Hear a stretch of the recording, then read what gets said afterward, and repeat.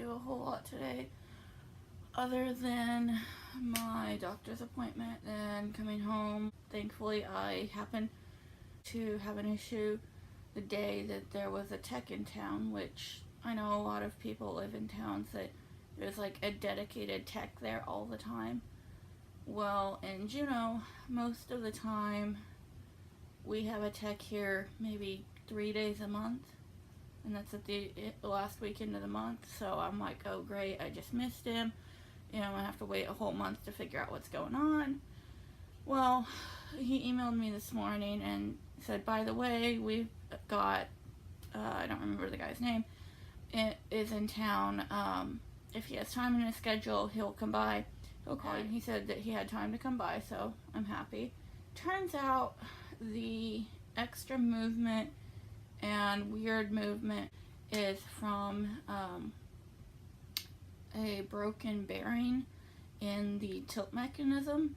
But the good news is it's still safe for me to use, so I'm not completely stuck in my manual, but I basically have to just set my tilt at a good position for me to use for the next few weeks, and not use it unless it's desperately needed, because the more I use it, the more I put myself at risk of the tilt freezing wherever it is. So, yeah.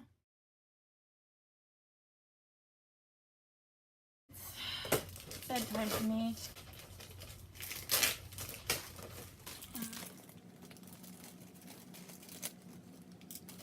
And why Pill Pac can't put all of these in, well, plus the two that I just threw in there, in one packet, or even just 2 packets, is beyond me.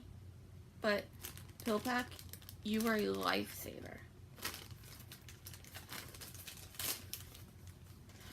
Prior to me finding them, it's like just the thought of filling my med boxes every week literally gave me anxiety. I would find every reason I could to not do it myself. And now I still have to add 2 things that, to my knowledge, Pill Pac does not carry in my little boxes. But then, you know, it's really no stress. I mean, it's like 3 pills, no big deal. Hi guys, just wanted to mention this video is not in any way sponsored by Pill Pac. It is just a company that I like. I have had excellent customer service from. I will leave links to their website in the description. Feel free to check them out.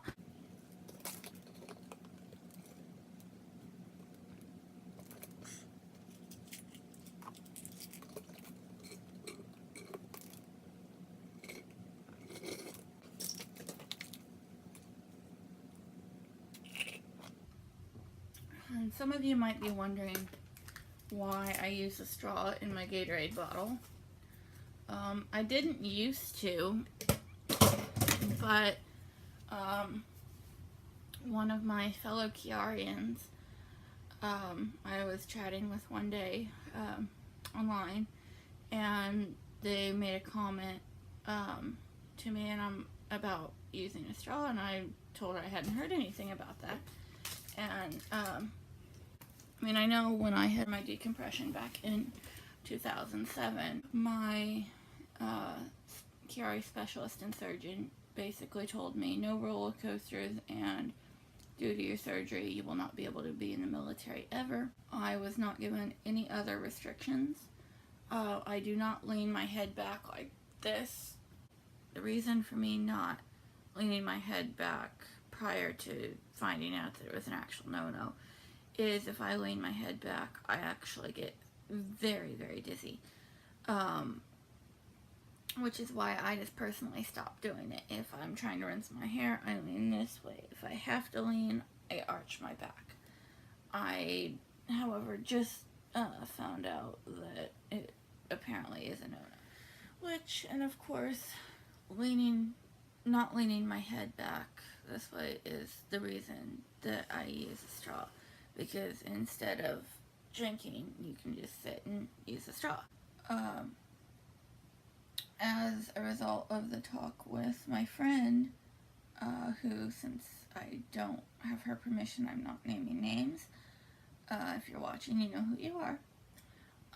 However, since her specialist says that using a straw is mandatory, I made the decision that I would try it, see if I noticed a difference, and in fact I did. Well, today I misplaced the bottle of Gatorade that had my straw in it in the rush out the door. I had my extra Gatorade, and I'm like, well, I'll just kick up on my anti-tip bars and compensate for not being able to tip my head. One time I did tilt my head, and I was like, wow. I actually looked at my mom and I'm like, I can actually feel the difference. So I'm not sure what the reasoning is. It probably has something to do with the cerebellum herniation. Sorry that today has kind of been not a whole lot of a day. Yeah.